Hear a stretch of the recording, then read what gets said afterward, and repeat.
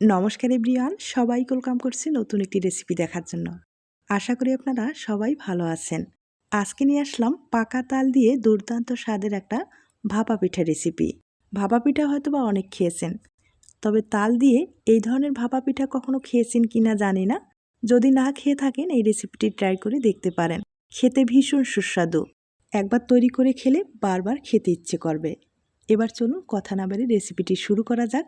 আশা করি ভালো লাগবে। এই ভাপা পিঠাটা তৈরি করার জন্য এখানে আমি পোলার চাল ব্যবহার করব। আর এটা চিনি গুঁড়া যে চালটা আছে সেটা ব্যবহার করলাম। আপনারা কিন্তু যে কোনো চালের গুঁড়ো ব্যবহার করতে পারেন, কোনো সমস্যা নেই। তবে পোলার চাল গুঁড়ো করার পরে আমি ব্যবহার করব, তাতে ফ্লেভারটাও ভালো আসবে এবং খেতেও ভালো লাগবে।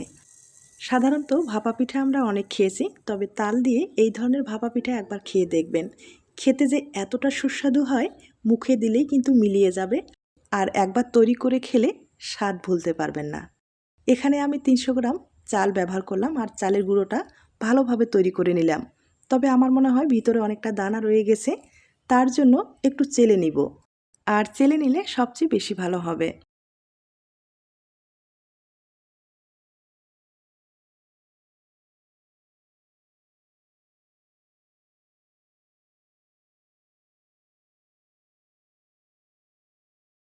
চালের গুঁড়োটা আমি ভালোভাবে চেলে নিলাম। আর অবশিষ্ট অংশটা এটা লাগবে না, এটা ফেলে দিতে হবে। এবার আমি চালের গুঁড়োটা এক সাইডে রেখে দিব। এখন যেটা থাকছে, এখানে হাফ বাটি ফ্রেশ তালের রস ব্যবহার করব। আর এক বাটি দুধ রয়েছে। এই দুধ আর তালের রসটা একসাথে মিশিয়ে নিতে হবে। তবে দুধের পরিবর্তে জল ব্যবহার করতে পারেন।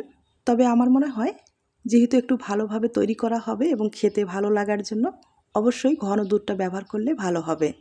এখানে হাফ বাটি ফ্রেশ তালের রস ব্যবহার করলাম। তবে হ্যাঁ, একটা কথা বলবো, এই তালের রসটা কিন্তু জ্বালানো যাবে না। পাকা তাল থেকে সরাসরি রসটা বের করার পরেই এভাবে ব্যবহার করবেন, তাতে দেখবেন ফ্লেভারটা খুব ভালো আসবে এবং খেতে দুর্দান্ত একটা স্বাদ হবে। এখন খুব ভালোভাবে মিশিয়ে নিতে হবে।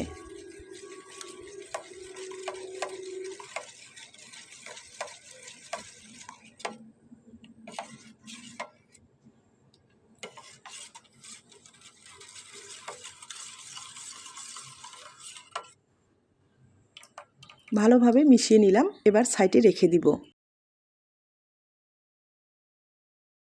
এবার চালের গুঁড়োটা পুরোপুরি রেডি করে নেব। তার জন্য যেটা করতে হবে, স্বাদ মতো আগে লবণ ব্যবহার করতে হবে। লবণটা আপনারা বুঝে ব্যবহার করবেন। এবার খুব ভালোভাবে মিশিয়ে নেব। লবণটা ভালোভাবে মিশানোর পরে এবার তালের মিশ্রণটা কিন্তু দিয়ে দিতে হবে। তবে একবারে দেওয়া যাবে না, একটু একটু করে দিয়ে ভালোভাবে মিশিয়ে নিতে হবে। আর এটা যেহেতু শুকনো চালের গুঁড়ো, তালের রসটা কিন্তু একটু পরিমাণে হয়তো বা বেশি লাগতে পারে। আর ভিজা চালের গুঁড়ো হলে পরিমাণে একটু কম লাগবে। তবে আপনারা যদি ভিজা চালের গুঁড়ো ব্যবহার করেন, সেক্ষেত্রে হালকা করে কড়াইয়ে একটু সেঁকে নেবেন। সেঁকে নেওয়ার পরেই কিন্তু এভাবে ব্যবহার করতে পারেন। মানে শুকনো চালের গুঁড়োটা হলে না সবচেয়ে বেশি ভালো হয়, রেজাল্টটাও ভালো আসবে। আমি অল্প অল্প করে তালের মিশ্রণটা দেব আর এভাবে চালের গুঁড়োতে মিশিয়ে নেব।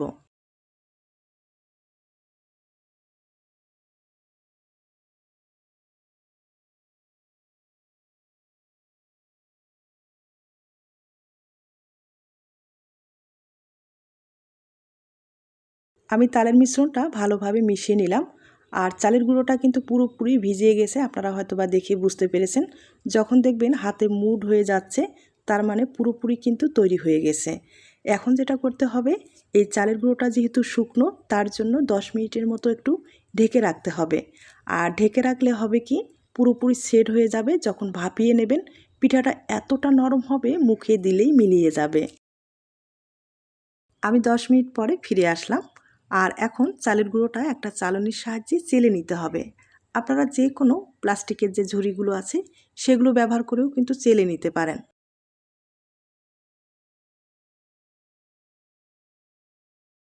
এই পিঠাটা যখন তৈরি করবেন অবশ্যই চেষ্টা করবেন ঘন দুধ ব্যবহার করার জন্য।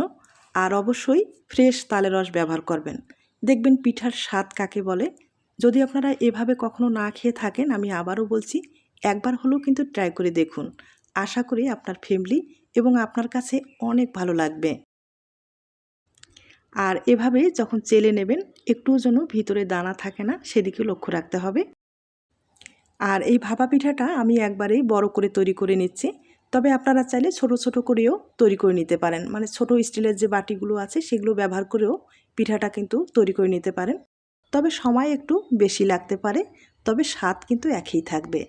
আর আমার মনে হয় একবারেই যদি আপনারা একটা বড় প্লেটে বা বড় পাত্রে ভাপিয়ে নেন সেক্ষেত্রে একটা পিঠায় একটা ফ্যামিলির জন্য যথেষ্ট। চালের গুঁড়োটা আমি খুব ভালোভাবে চালিয়ে নিলাম আর খুব সুন্দর হয়েছে দেখতে পারছেন। এবার এক সাইডে রেখে দিব। আর এবার পিঠার জন্য পুরটা রেডি করতে হবে। এখানে আমি গুড় এবং নারকেল ব্যবহার করব, আরও কিছু উপকরণ আছে পরে দেখিয়ে দিচ্ছি। গুড়টা কিন্তু অনেকটাই শক্ত, তাই একটা গ্রেটারের সাহায্যে ছোট ছোট করে একটু গ্রেট করে নিলে ভালো হবে। একবারেই কিন্তু যদি আপনারা বড় করে ভেঙে দেন সেক্ষেত্রে অনেক সময় হয় কি পিঠাটা ভেঙে যাওয়ার চান্সটা বেশি থাকে। তাই ভাপা পিঠাটা তৈরি করা কিন্তু খুবই সহজ, অনেকের কাছে একটু কঠিনও মনে হয়।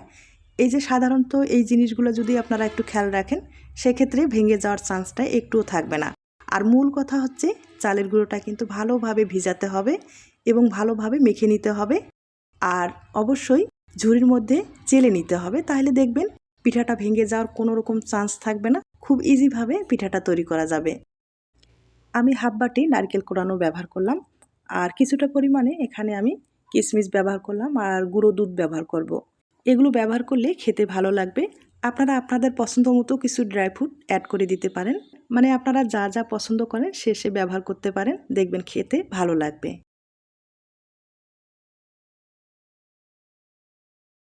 এবার আমি ভাপা পিঠাটা একটা পাত্রে ভাপিয়ে নেওয়ার জন্য এখানে হালকা করে একটু তেল লাগিয়ে নিলাম। এটা একটা সিলভারের টিফিন বাটি ছিল, আর এটাতে পিঠাটা ভাপিয়ে নেব। তবে আপনারা আপনাদের পছন্দ মতো যে কোনো পাত্রে পিঠাটা ভাপিয়ে নিতে পারেন।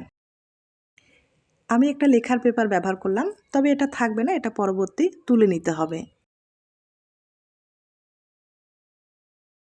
এরপরে এখানে আমি চালের গুঁড়োটা ধাপে ধাপে মিশিয়ে নেব। আমি চারিপাশে ভালোভাবে সমানভাবে দেব। আর আঁকাবাঁকা যেন হয় না, আঁকাবাঁকা হলেও কিন্তু ভেঙে যাওয়ার একটা ভয় থাকে। আর হালকা হাতে চাপ দিয়ে বসাতে হবে, এখানে কিন্তু চাপ দিয়ে বসাবেন না, নাহলে পিঠাটা শক্ত হয়ে যাবে, সেদিকেও লক্ষ্য রাখতে হবে।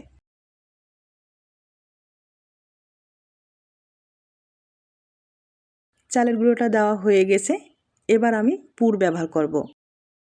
প্রথমে নারকেলটা ব্যবহার করলাম। আর হ্যাঁ, নারকেল যদি ব্যবহার করেন সেক্ষেত্রে নারকেলটা একটু মিহি করে কোরাতে হবে, খেতেও ভালো লাগবে। তাছাড়া ওই যে বললাম ভেঙে যাওয়ার ভয় থাকবে না। এই ছোট ছোট জিনিসগুলো যদি একটু খেয়াল রাখা যায় সেক্ষেত্রে আপনার পিঠাটাও কিন্তু খুব সুন্দর হবে। এরপরে কিছুটা গুড় ব্যবহার করলাম, আর এখানে গুঁড়ো দুধ ব্যবহার করলাম, আর কিছুটা কিশমিশ ব্যবহার করব। এভাবে ধাপে ধাপে কয়েকটা লেয়ার আমি সাজিয়ে নেব। একবারে সহজ পদ্ধতিতে এই পিঠাটা তৈরি করা যায়। আর এভাবে তৈরি করে একবার খেয়ে দেখুন, কথা দিচ্ছি একবার খেলে কিন্তু বারবার খেতে ইচ্ছে করবে। তাছাড়া এখন যেহেতু তালের সিজন, আপনারা চাইলে তাল দিয়ে খুব সহজেই এই পিঠাটা বানিয়ে নিতে পারেন। এভাবে আমি ধাপে ধাপে কয়েকটা লেয়ার তৈরি করে নেব, তবে কয়টা লেয়ার হয়েছে একটু পরে আপনাদের বলে দিচ্ছি।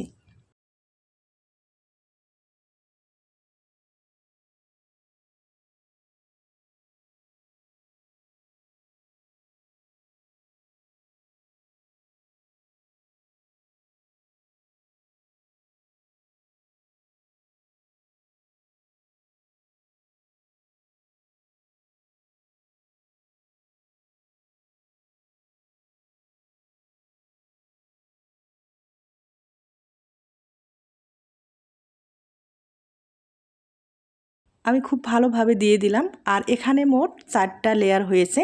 ধাপে ধাপে 4টা লেয়ারে আমি এভাবে সাজিয়ে তুললাম। আর এই চালের গুঁড়োটা আলতো হাতে কিন্তু বসাতে হবে, আমি আবারও বলছি। বেশি চাপ দিয়ে বসাতে গেলে পিঠাটা কিন্তু শক্ত হয়ে যাবে, সেদিকেও লক্ষ্য রাখতে হবে। আমি ভালোভাবে একবারে রেডি করে নিলাম। এবার পিঠাটাকে ভাপিয়ে নিতে হবে। আপনাদের এবার চুলা নিয়ে যাচ্ছি। আমি পাত্রে আগে থেকে জল বসিয়েছি, জলটা কিন্তু ভালোভাবে বলক আসতে হবে। এরপরে পিঠাটা আমি দিয়ে দিব। আমি কিন্তু বাজারের যে নেটের ব্যাগগুলো আছে সেগুলো ব্যবহার করলাম, আপনারা চাইলে সুতি কাপড়গুলো ব্যবহার করতে পারেন। এবার আমি টিফিন বাটিটা আলতোভাবে তুলে নিব। এখানে কিন্তু একটু রিস্ক নিয়ে কাজ করতে হবে। যাতে ভেঙে না যায় আমি কিন্তু আলতোভাবে তুলে নিলাম। এক সাইডে একটু ভেঙে গেছে, আমি হাত দিয়ে একটু ঠিক করে দেব, তবে যখন এটা ভাপিয়ে নেওয়া হবে তখন কিন্তু ঠিক হয়ে যাবে।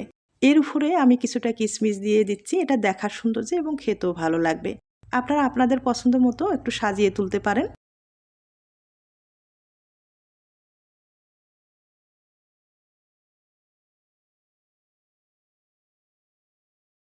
এবার পিঠাটার উপরে একটা কলার পাতা দিয়ে দিব, তাতে ফ্লেভারটাও ভালো আসবে এবং খেতেও ভালো লাগবে। এবার নেটের ব্যাগটা দিয়ে ভালোভাবে মুড়িয়ে নেব।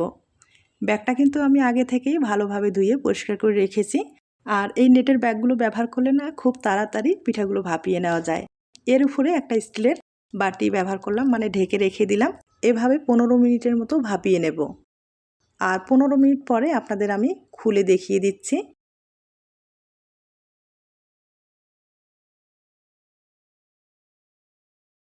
পিঠার ফ্লেভারটা কিন্তু খুব ভালো এসেছে, হয়তোবা আপনাদের বোঝাতে পারছি না, তবে অবশ্যই একবার হলো এই পদ্ধতিতে পিঠাটা তৈরি করে দেখবেন। এবার কলার পাতাটা সরিয়ে আপনাদের আমি দেখিয়ে দিচ্ছি। পিঠাটা যে এতটা সুন্দর হবে আমি ভাবতেও পারিনি।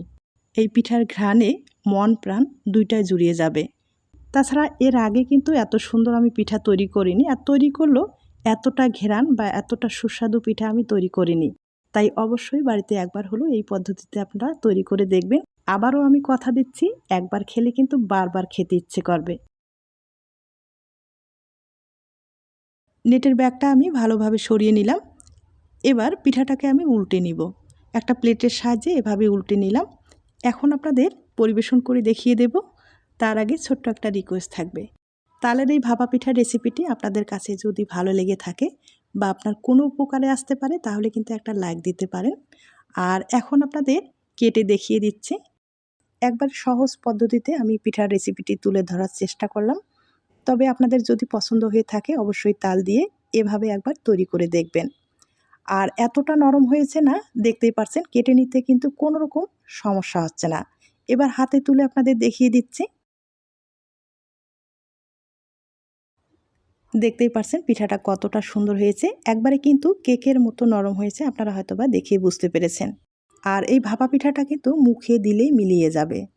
তাই আবারও রিকোয়েস্ট থাকবে, যদি আপনাদের পছন্দ হয়ে থাকে অবশ্যই বাড়িতে ট্রাই করে দেখবেন।